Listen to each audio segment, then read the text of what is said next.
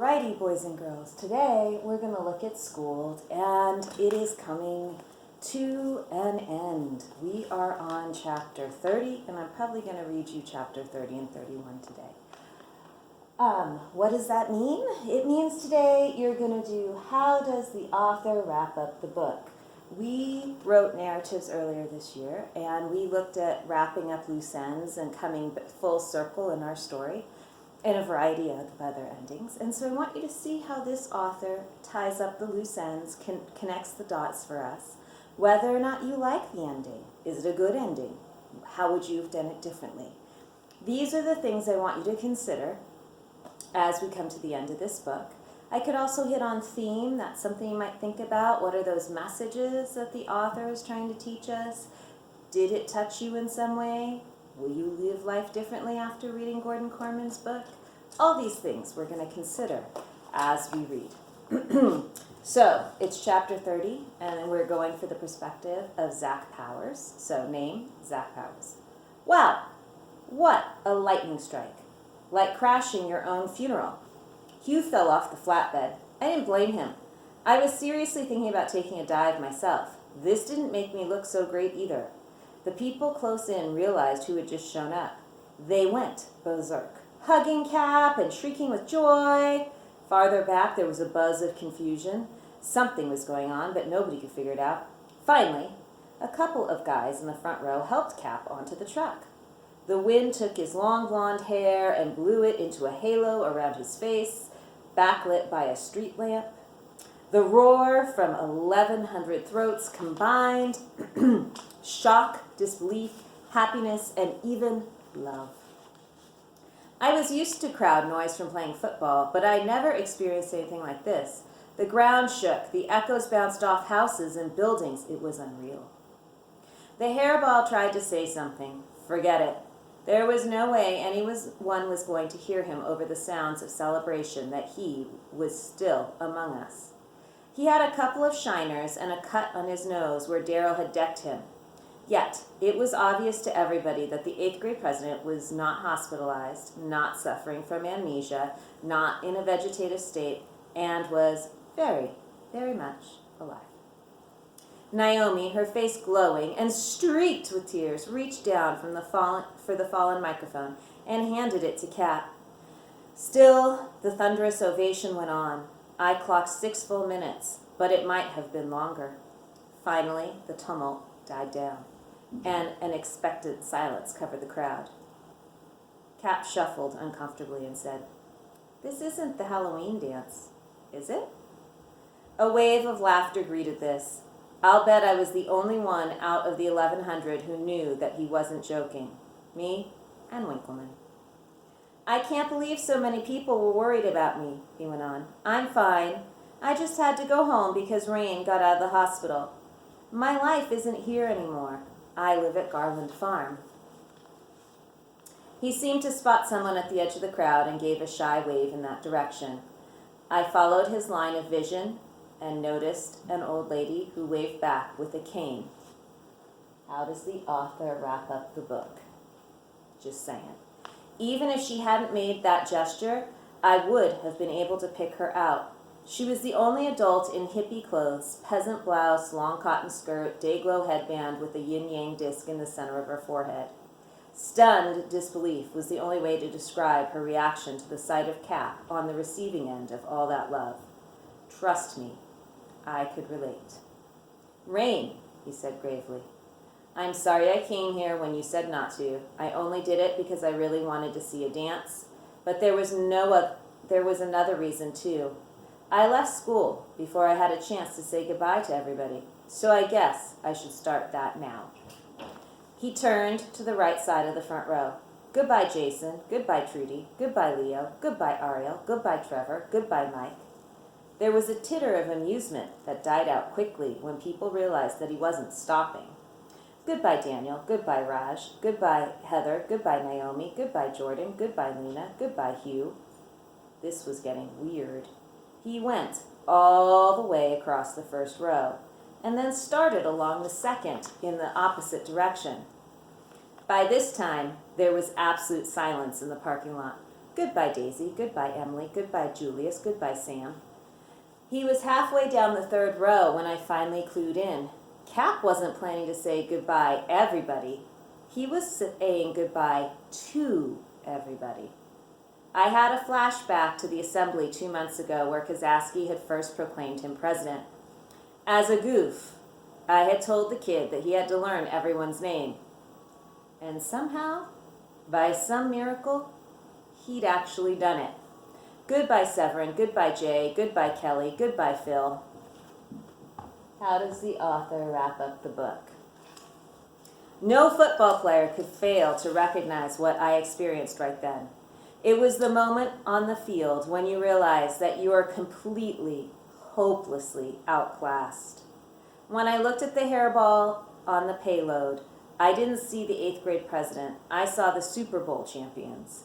There was no defeating a kid who could memorize an entire school. Goodbye, Natasha. Goodbye, Annabelle. Goodbye, Patrick. Goodbye, Marco. It took almost an hour. Nobody moved.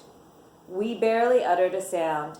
It was the kind of performance that came along once in a lifetime. And you didn't want to miss 1 second. It was like being a part of history. 1,100 students. 1,100 names. He never hesitated, and he never got one wrong. We wouldn't even have known he was finished except that he set the microphone down on the flatbed and started to climb off. Nobody let him. Daryl rushed over, hoisted him onto his shoulders, and began to tote him through the cheering crowd. Naomi and Lena were at their sides, screaming their heads off. I waded over to join them. After all, they were my friends, and it was time to bury the hatchet. Hippie-loving friends were better than no friends at all. Cap called down to us, "Rain's waiting." So we headed for the older lady in the yin-yang headband. It was slow going because everybody in the place wanted to high-five the living legend. Navigating all those outstretched arms was like plowing through a field of bamboo. When Daryl finally deposited Cap onto the tarmac beside Rain, she barely noticed him. She was being shooed out by a younger woman who I'd seen around the school a few times. What he did with those checks as an adult, he could go to jail for that. Rain's face was ashen. He tried to give the school's money to charity. Who taught him any different? The woman ranted. I remember your brand of education. None of us had the faintest idea how to survive in the real world. I was lucky I had parents. Who's Cap gonna turn to? You won't live forever, you know. So that was what happened with the checks. It wasn't Kazaski. It was pure Cap. Taking the hippie thing too far, as usual, and instead of getting arrested for it, which would have happened to the rest of us, he was elevated to rock star status. Cap regarded his grandmother nervously. There was supposed to be a dance. I'm not sure what happened. Are you mad at me? Of course not, she told them. Then she turned to the younger woman. Goodbye, Floramundi. It didn't sound friendly. Bye, Cap, piped up Daryl as grandmother and grandson got into a double-parked pickup truck. We love you, Naomi yelled as the two sets of hippie hair disappeared down the street. The woman called Floramundi hugged a really good-looking high school girl who was holding a rubber Minnie Mouse mask. I did a double take. She was Cap's date? The Minnie to his Mickey? Unbelievable! While he was busy turning C average on its ear, Cap still had time to pick up a supermodel. Had the whole world gone crazy? I spun around like a victim of amnesia, desperately searching the parking lot for a glimpse of something, anything that made sense. And there, in the dispersing crowd, my eyes found Hugh Winkleman. He looked terrible. His clothes disheveled, his glasses bent and askew. He was such a dweeb, but he was almost my dweeb now, and the only kid who'd stuck by me while the whole school flocked to the hairball. I was kind of starting to appreciate that guy.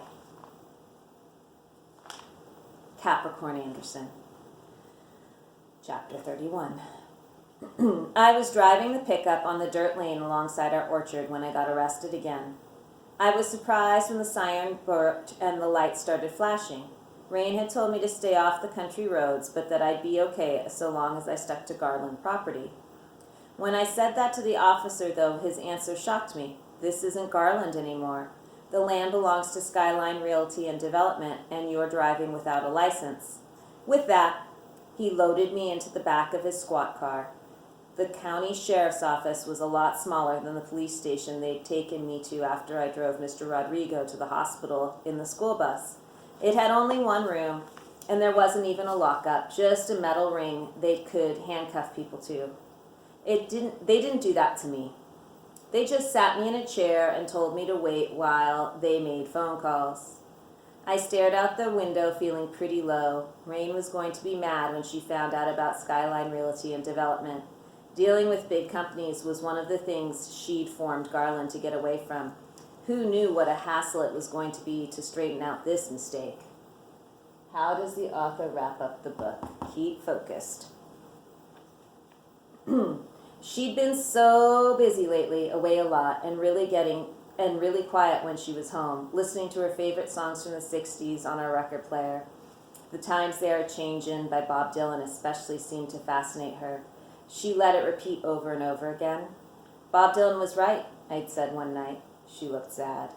I used to think change was a choice, that you could avoid it if you stuck with your convictions. Now, she shook her head, I just don't know. I'd almost asked her if she'd heard that they hardly ever made vinyl records anymore, that it was all CDs and MP3s and DAT files. I decided not to. Even more change was probably the last thing she wanted to deal with. It had been a tough couple of weeks since the Halloween dance that wasn't a dance at all. I wondered if I'd ever be happy again. I knew I didn't fit in at C Average, but Garland wasn't exactly right for me either. Knowing 1,100 people can spoil you for being alone.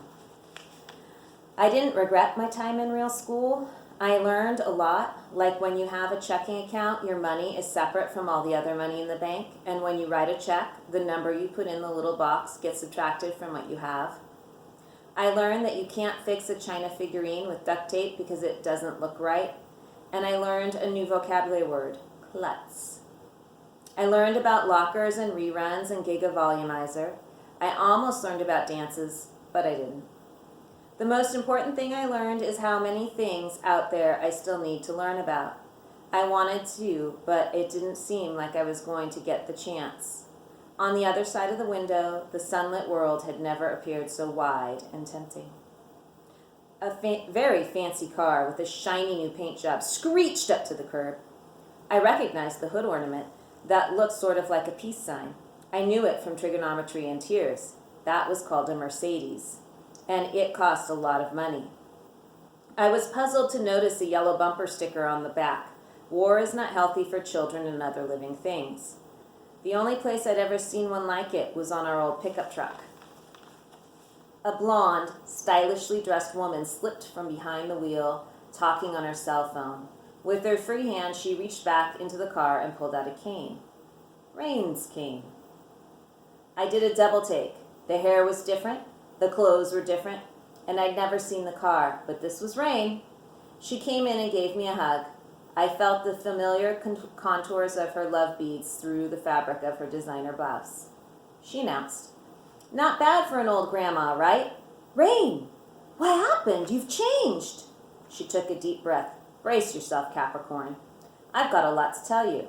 "I've got a lot to tell you," I interrupted. "I got arrested again, and the police say some development company owns Garland. What are we going to do?" "Some development company does own Garland. I should know. I sold it to them." I was horrified. "Sold? You always said no one owns the earth, so no one can buy it or sell it." She was patient. "That wasn't me, Cap.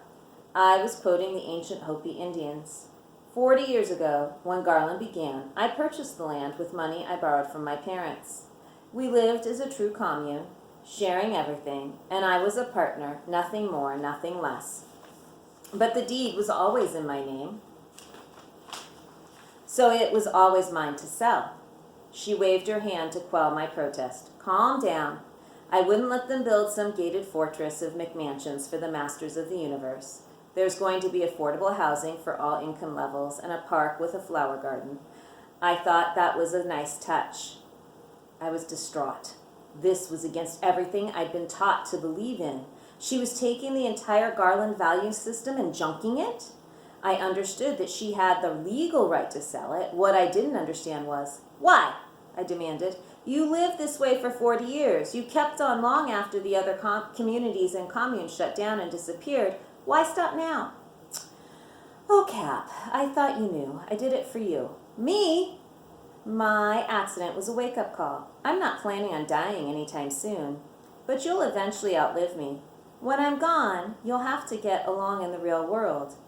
That just won't happen if we stay at Garland. It would be criminal for me to let you face life with no more street smarts than the newborn baby. Although, she added meaningfully, nobody could say that your first try wasn't a success. How many people get to attend their own memorial service along with 1,100 of their closest friends? It was as if my entire universe had been twisted inside out. Was this Rain or some stranger who had taken control of her body?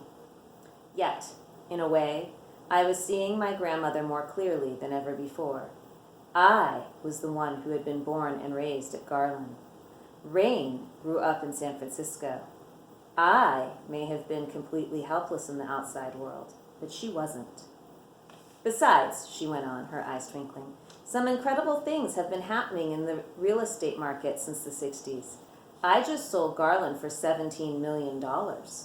I stared at her for a long time. That's a lot, isn't it?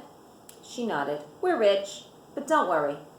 We're not turning our backs on what Garland represents. With this money, we can accomplish more than we could by living there for 1,000 years. You had the right idea with those student activity fund checks. I see a charitable foundation, the Garland Foundation maybe. The 60s may be over, but the spirit is stronger than ever. I chewed on this. So what happens now? Where are we going to live? I bought us a condo, she replied. It won't be ready for a few days, and I'll be tied up with the details, so I've arranged for you to stay with the family near the new school you'll be attending. I must have looked miserable because she added, You'll like these people, honestly. She took the cell phone from her suit pocket, flipped it open, and handed it to me. Hello? A voice said, Hey, Freakazoid! I hear you're moving back in. The grin must have split my face. So the new school is? Rain smiled too. I can think of 1,100 kids who are going to be really happy to have you back. And I already knew all their names. So boys and girls, again, how does the author wrap up the book? And were you satisfied with the ending? How would you do it differently? I hope you enjoyed Schooled. I get a chuckle out of it every time I read it, and I look forward to picking another book for you to enjoy. Take care. Bye.